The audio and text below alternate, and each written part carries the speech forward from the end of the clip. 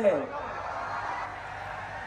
अल्हम्दुलिल्लाह मजलिस इत्तेहादुल मुस्लिमीन जमात दुनिया की सरजमी पर बहुत सारे वार्ड में अपने उम्मीदवार उतारे हैं। आज मजलिस इत्तेहादुल मुस्लिमीन जमात की तरफ से तमाम उम्मीदवारान स्टेज पर जलवा फरमा है।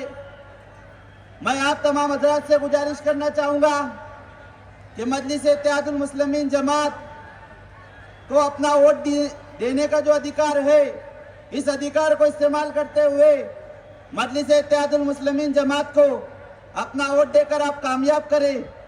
और अपना वोट क्यों दे, इन तमाम चीज़ों की वजूहात मैं कम अज कम वक्त में आपको बताना चाहूँगा। जैसा कि आज हिंदुस्तान के हालात हाजरा से सब बखूबी वाकिफ है। हिंदुस्तान की सरजमी पर आज अक़लियती समाज के साथ में बहुत सारे जुल्म सितम हो रहे हैं।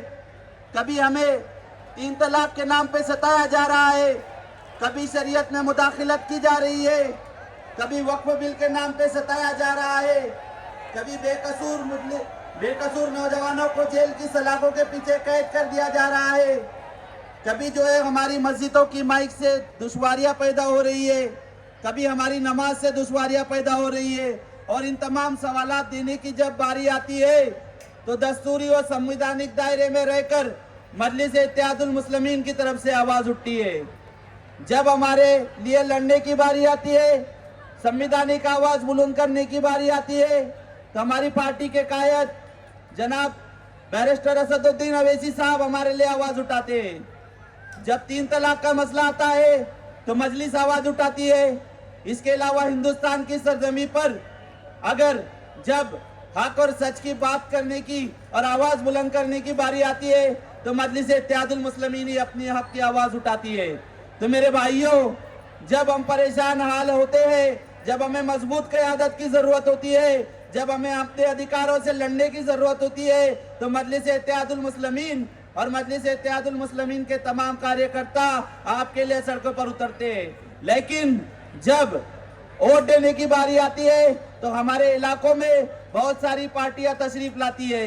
तो इन पार्टियों से आप सवाल करना, क्या आप वक्फ बिल के खिलाफ आवाज उठाने में आगे आए थे? तो जवाब हमें साफ नजर आ जाएगा। जब जो है सिटीजन अमेंडमेंट एक्ट सीएए के खिलाफ आवाज उठाने का मामला आया तो मजलिस सबसे पहले आगे थी। एनआरसी बिल के खिलाफ आवाज उठाने का मामला आया तो मजलिस सबसे आगे थी। जब जो है हमारे मस्जिदों को तोड़ने की बारी आती है तो मस्जिद सबसे पहले आवाज उठाती है।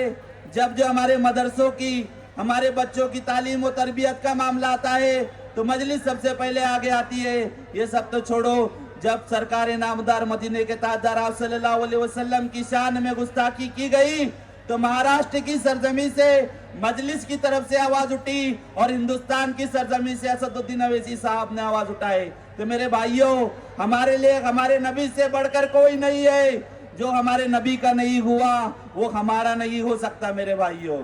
तो जब जनाब असदुद्दीन अवैसी साहब ने आपके ऊपर होने वाले हर जुल्म सितम के खिलाफ आवाज उठाई है और आवाज उठाकर अपना हक अदा कर दिया है, तो मेरे भाइयों अब वक्त आया है कि मजलिस के तमाम उम्मीदवारों को आप लोग भी वोट देकर अपना हक अदा करेंगे ना भाइयों?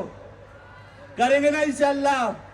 बस आपको पास में यही पैगाम लेकर हाजिर हुआ हूँ। इंशाल्लाह जो है आगे हमारे बहुत सारे मेहमानात का बोलना जरूरी है, तो मैं इस शेर के साथ में अपनी बात को खत्म करता हूँ कि नफरत के चिरागों को बुझाना जरूरी है, भारत के संविधान को बचाना जरूरी है, करना है अगर मस्जिद और मदरसों की हिफाजत तो हर हाल में मजलिस को जिताना जरूरी है। अस्सलाम वालेकुम।